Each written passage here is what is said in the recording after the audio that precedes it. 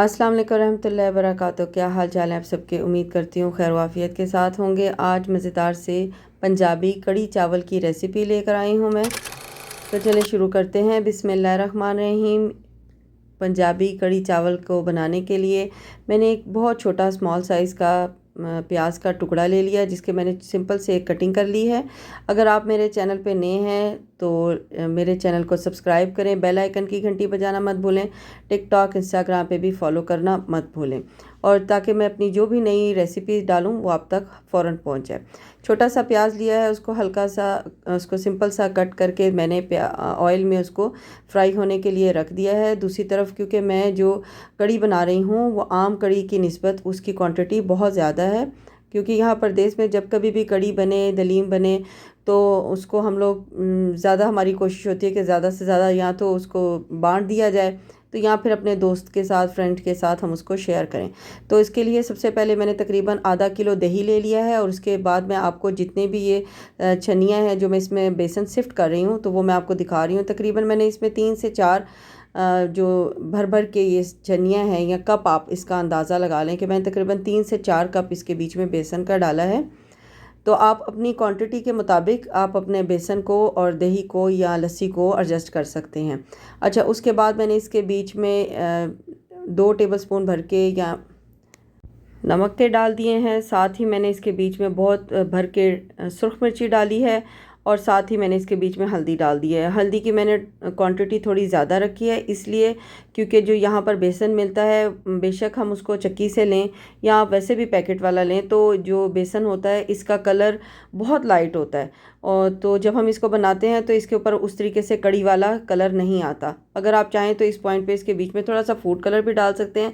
साथ ही 1 टेबलस्पून मैंने भर के इसके बीच में चाट मसाले का भी डाला है। ये एक ऐसी कड़ी है कि जिसके बीच में आपको एक्स्ट्रा किसी चीज़ की भी ज़रूरत नहीं है। सिंपल घर में प्याज पड़े हों, आपके पास दही है मौजूद या लस्सी है मौजूद, तो आप इस मेथड को फॉलो करके बना सकते हैं। तो उसके लिए आपको बेशुमार सामान की ज़रूरत नहीं, क्योंकि बहुत सारी कड़ी ऐसी बनती है जिसके बीच में लोग टमाटर भी डालते हैं, दही का भी यानी पकते हुए भी दही का इस्तेमाल करते हैं, या फिर आप पालक या आलू के पकोड़े भी डालते हैं। मैं सिंपल इसके बीच में डालूंगी प्याज़ों को, प्याज के पकोड़े बना के डालूंगी, और सिंपल सामान इसके बीच में डालूंगी। बहुत ज़्यादा मैं इसके बीच में मटेरियल नहीं डालूंगी, लेकिन जायका बहुत परफेक्ट और मज़ेदार बन के तैयार होगा। अच्छा, जब ये प्याज हल्का सा गुलाबी होने लग गया तो मैंने इसके बीच में 1-1 टेबलस्पून भर के लहसुन का और अदरक का डाल दिया है, और इसको हम हल्की आंच पे पकाएंगे ताकि इसके ऊपर अच्छा सा कलर गोल्डन आ जाए। थोड़ा सा मैंने इसके बीच में पानी का छींटा सा लगा दिया है, इससे ये कि मज़ीद ये बर्न नहीं होगा, नहीं तो इसमें फिर कड़वाहट आ जाएगी और इसका टेस्ट ख़राब हो जाएगा, फ्लेवर नहीं वैसा आएगा। तो ये हल्का सा इसमें मैंने पानी डाल दिया है, और अब जब दूसरी तरफ मैंने जो ये बनाया था उसके बीच में मैंने थोड़ी सी लस्सी भी डाली थी जो यहाँ पर मिलती है। उस लस्सी का मैंने तकरीबन 1 लीटर भर के वो लस्सी इसके बीच में डाली, यानी कि जो 1 लीटर की बॉटल आती है। मेरे पास 2 लीटर थी तो मैंने इसलिए उसकी हाफ़ डाला इसके बीच में। तो आपके पास 1 लीटर की मौजूद है तो आप डालें, नहीं तो आप दही की क्वांटिटी बढ़ा दें। क्योंकि मेरे पास लस्सी अवेलेबल थी तो इसलिए मैंने दही और लस्सी दोनों का कॉम्बिनेशन बना के डाला है। तो आप चाहें तो सिर्फ दही के साथ भी इस तरीके से बना सकते हैं। उसके बाद मैंने इसी बॉटल में पानी डाल दिया, और साथ साथ मैं हैंड मिक्सर से इसको मिक्स कर रही हूँ ताकि जो नीचे बेसन थोड़ा सा बैठ जाता है वो बैठे नहीं, ये अच्छे तरीके से मिक्स हो जाए। डबल बीटर से मैंने इसको पहले मिक्स किया, और फिर बाकी जब मैं इसके बीच में पानी इंक्लूड करती जा रही थी तो मैं उसको हैंड मिक्सर से मिक्स कर रही थी। थोड़ा थोड़ा करके मैं इसमें डालती जा रही हूँ, क्योंकि नीचे जो बेसन है वो बैठ जाता है पैन में। तो बेहतर है कि आप एंड तक इसको ये देखें, जैसे भी ये है तो थोड़ा थोड़ा पानी करके आप इसमें डालें। जितना इसके बीच में पानी की क्वांटिटी डाल के आप इसको बनाएंगे उतना अच्छा पकेगा। इसके बीच में लस्सी की या दही की जो एक कच्चापन होता है वो नहीं आएगा, और बेसन भी अच्छा पक जाएगा। तो इसके बाद मैंने इसको अच्छे तरीके से इसमें पानी डाल के उसका जो नीचे बैठा हुआ था वो भी इसमें डाल दिया, और इसको थोड़ा पकने के लिए मैंने रख दिया है। इसको हम तब तक पकाएंगे या इसके ऊपर नज़र रखेंगे जब तक इसमें उबाल नहीं आ जाता। जो इसका मेन पॉइंट है वो यही है। वैसे तो कड़ी बहुत आसानी से बहुत जल्दी कुक हो जाती है, लेकिन जब हम लोग इसको यानी पहले बॉयल तक हमें इसके सर पे खड़े रहना है। तो मैं इसके पास खड़ी हो गई थी, इसको ढक्कन लगा के थोड़ी थोड़ी देर बाद मैं अपना और काम करती जाती थी और इसके पास आके मैं देखती रही जब तक इसके ऊपर उबाला आके हमारी कड़ी खुल नहीं जाती, तब तक थोड़ी थोड़ी देर बाद हम इसमें चम्मच चलाते रहेंगे ताकि बेसन थोड़ी भारी होता है तो वो नीचे से लगे नहीं। तो अब मैं इसके बीच में साथ साथ चम्मच चलाती जा रही हूँ। मैंने इसका कोई भी बहुत भारी सा मसाला नहीं बनाया, सिंपल लहसुन अदरक और प्याज का बघार लगाया। ये उन लोगों के लिए भी है जैसे बिगनर्स हैं, बाहर जो दूर मुल्क में रहते हैं, उनके पास बेशुमार सामान नहीं है लेकिन अपने मुल्क की कड़ी खाने का दिल कर रहा है, तो वो इस रेसिपी को फॉलो करें। बड़ी ही आसान झटपट बन जाने वाली ये कड़ी की रेसिपी है। ये क्योंकि क्वांटिटी बहुत ज़्यादा है, ये बहुत बड़ा सा मैंने पतीला इसके ऊपर पकने के लिए रखा हुआ है, लेकिन जब आप अपने घर में बनाएं तो थोड़ी थोड़ी क्वांटिटी में आप इन तमाम चीज़ों को इसी तरीके से फॉलो करके बनाएंगे तो आपकी बहुत मज़ेदार लजीज कड़ी बन के तैयार होगी। अब ये देखें माशाल्लाह ये इसमें उबाल आ गया है और हमारी कड़ी खुल गई है बिल्कुल ही। अब हमें इसका ख़तरा नहीं है कि इसकी जो झाग है वो उबल के बाहर आ जाएगी और उसके बाद हमारी कड़ी गिर जाएगी, तो हमारी अब ये टेंशन ख़त्म होगी। अभी हल्का सा मैंने साइड पर लकड़ी का यही स्पून रखा है ताकि उबल के मज़ीद बाहर ना आए और इसके ऊपर लेड लगा के मैं अपना काम बाकी का करने लगी। अब ये देखें आहिस्ता आहिस्ता रिड्यूस होना शुरू होगी है ताकि ये इसको पकने के लिए हम इसको छोड़ देंगे। जितना ये पकेगी उतनी बेहतरीन आपकी कड़ी बन के तैयार होगी। दूसरी तरफ मैंने बेसन का लिया है सामान, यानी पकोड़े बनाने के लिए सिर्फ़ और सिर्फ मैंने प्याज लिए हैं, ना मैंने इसके बीच में आलू डाला है ना पालक डाली है, सिंपल प्याज लिए हैं। क्योंकि बाज़ औक़ात ऐसा होता है कि हमारे पास टाइम नहीं होता और हम चाहते हैं कि थोड़े से टाइम में हमारी भरपूर सी चीज़ बन के तैयार हो जाए। तो मैंने पकोड़ों के लिए सिर्फ प्याज लिया है, बेसन डाला है, उसके बीच में सूखा धनिया लिया है, सफ़ेद ज़ीरा, हरा धनिया, नमक और सुरख मिर्च। इसके अलावा मैंने कुछ नहीं डाला। साथ ही अगर आप चाहें तो इसके बीच में हरी मिर्चें डाल सकते हैं, लेकिन मैंने इसके बीच में हरी मिर्चों का इस्तेमाल भी नहीं किया। तो अब मैं इसको मिक्स कर रही हूँ अच्छे तरीके से। पहले जो प्याज होता है उसी को मैंने अपने हाथ से मसल मसल के मिक्स किया है बेसन के साथ, ताकि जो प्याज का और हरे धनिया का मॉइस्ट है इससे ही बैटर मिक्स हो जाए। हमें इसको बहुत पतला नहीं बनाना और बहुत गाढ़ा नहीं बनाना है, इसलिए क्योंकि अगर हम बहुत पतला बनाएंगे तो ये उस तरीके से जुड़ेगा नहीं और बहुत गाढ़ा बनाएंगे तो हमारे पकोड़े सख्त हो जाएंगे।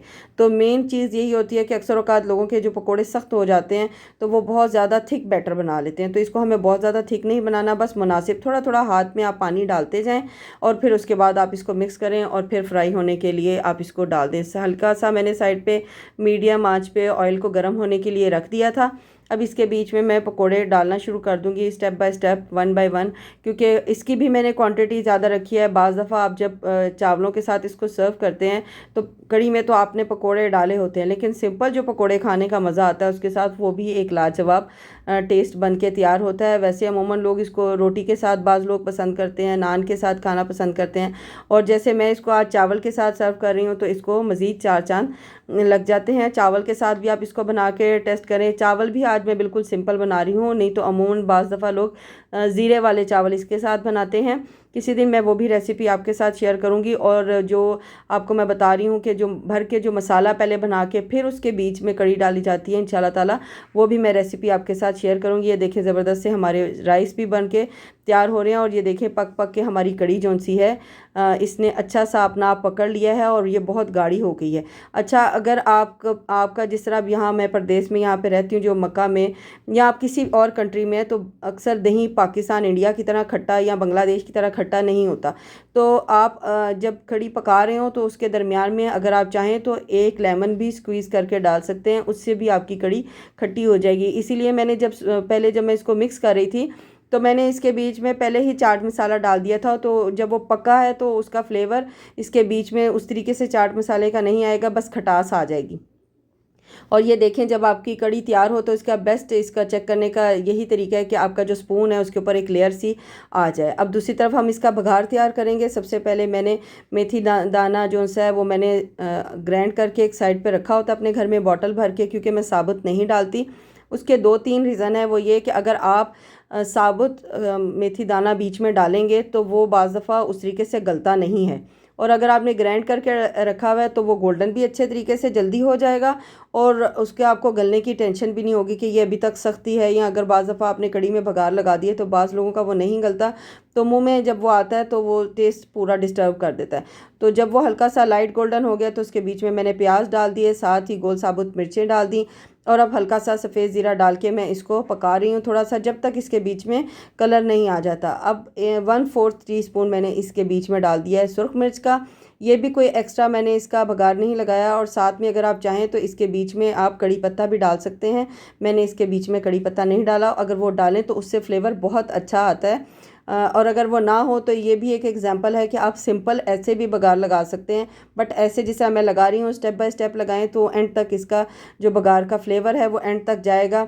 उसके बाद इसको चाट मसाले के साथ और गरम मसाले के साथ इसको इसके ऊपर वो फैला देंगे हम माशाल्लाह, ताकि इसके ऊपर खुशबू आए। अगर आप गरम मसाला नहीं डालना चाहते तो सिंपल चाट मसाला डाल लें। बस ये कि गरम मसाले की ज़रा खुशबू अच्छी लगती है, लेकिन सबको नहीं पसंद होती, तो आप इसको स्किप भी कर सकते हैं। अब दूसरी तरफ जो हमने राइस अपने बॉईल किए थे वो मैं आपको प्लेटर में डाल के दिखाती हूँ। माशाल्लाह खिला खिला निखरा निखरा हमारा चावल बन के तैयार हुआ था। और मैं इसको आपको एक ही प्लेट में करके सर्व करके दिखाती हूँ। एक साइड पे कड़ी और एक साइड पे चावल। इसको ज़रूर ट्राई कीजिएगा। अगर आप कड़ी लवर हैं और आपको कड़ी बेहद पसंद है तो इस तरह की सिंपल कड़ी बना के देखें। एक्स्ट्रा ज़रूरी नहीं होता कि आप बेशुमार मसाले डालें, सिंपल मसालों के साथ भी आप बेहतरीन कड़ी बना सकते हैं। पसंद आई है तो लाइक शेयर कीजिएगा। अपनी दुआओं में मुझे, मेरी फैमिली और मेरे वालिदैन को ज़रूर याद रखिएगा और इस रेसिपी को ज़रूर ट्राई कीजिएगा। जज़ाकल्लाह खैर। अल्लाह हाफ़िज़।